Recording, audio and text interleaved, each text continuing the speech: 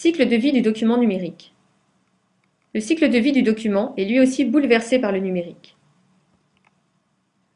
Traditionnellement, le cycle de vie d'un document se décompose en plusieurs étapes: production, validation, publication, archivage ou destruction. Avec le numérique, ces étapes sont accélérées, voire se succèdent en continu ou en parallèle.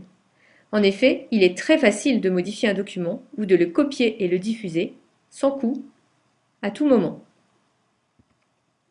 Examinons tout d'abord la phase de production du document. La production se divise en étapes de conception et de réalisation. Plusieurs modes de travail sont possibles, seul ou à plusieurs, localement sur son ordinateur ou directement en ligne. Pour produire sur son poste de travail, il existe des logiciels spécialisés dans chaque type de document. Suite bureautique, logiciel de création et traitement d'images, musique, vidéo, éditeur de site web, éditeur de carte mentale. Les chaînes éditoriales, quant à elles, permettent de produire un document multi-support. Avec le web dit social, sont apparus des logiciels installés sur des serveurs web distants, permettant aux internautes d'éditer directement en ligne des documents. On parle de Software as a Service. Cela signifie que ces logiciels sont accessibles comme service en ligne à l'aide d'un simple navigateur web. Il existe divers types de services en ligne d'édition. Il s'agit des wikis et blogs, des suites bureautiques en ligne, des services de prise de notes collaborative, mais aussi d'édition de photos ou vidéos simples adossées à leur publication. Certains sont destinés à l'édition par un seul auteur, d'autres sont adaptés à la production collaborative de textes. Si l'on souhaite créer un document collaborativement, il faut s'organiser pour répartir le travail, communiquer et produire le document, soit sur son poste de travail, soit directement en ligne. Les collaborateurs jouent le rôle de co-auteurs ou de relecteurs, commentaires, correction des fautes, parfois de validateurs. Les outils de production doivent être prévus pour garder une trace des diverses contributions. C'est le cas des suites bureautiques, locales ou en ligne, ou des wikis. Pour pouvoir contribuer à tour de rôle, soit le document est édité localement et partagé par mail ou déposé en ligne sur un service de partage de fichiers, soit il est directement écrit en ligne grâce aux services d'édition du web social, comme la bureautique en ligne ou le partage de notes. Pour retrouver, diffuser et réviser ultérieurement nos documents, mieux vaut les nommer correctement et leur associer des métadonnées. Tout document, une fois créé, doit être nommé de façon claire. C'est indispensable pour retrouver ces fichiers, collaborer sur le document et distinguer les versions. Il est recommandé d'inclure au moins le sujet du document, éventuellement une date et un numéro de version. Si le document est collaboratif, mieux vaut ajouter le nom ou initiale du dernier auteur. Certains caractères ou les espaces sont à éviter dans le nom, surtout si le fichier est placé sur Internet.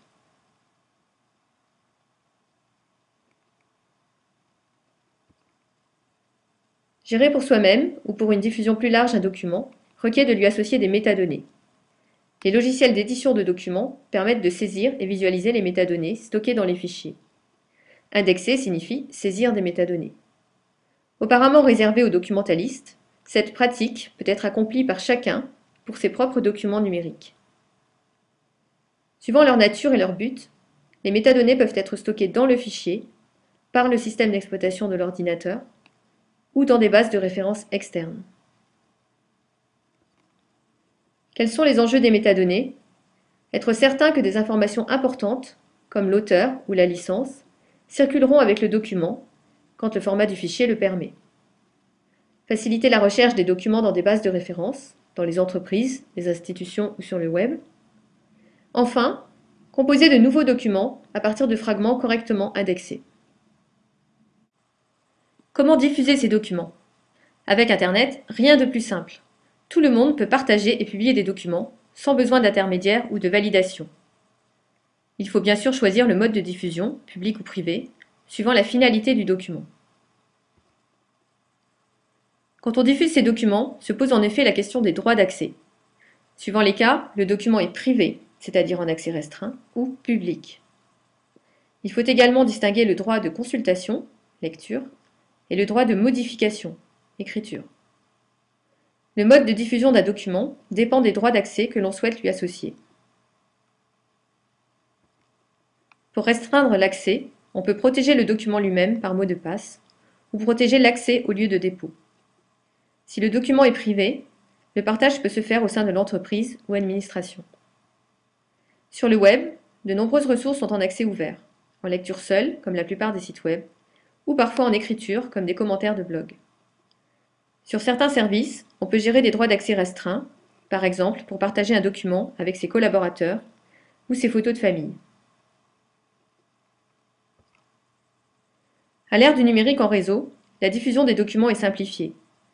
Le partage peut être effectué sans validation et requiert simplement la copie du fichier initial, copie instantanée, exacte et dénuée de coût. L'envoi par mail, le dépôt sur un site web ou l'échange sur les réseaux pair à pair constituent 3 modes de partage populaires sur Internet.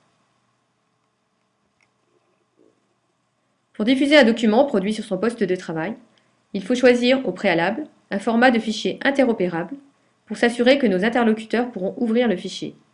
Il faut également limiter le poids du fichier, surtout en cas d'envoi par courrier électronique.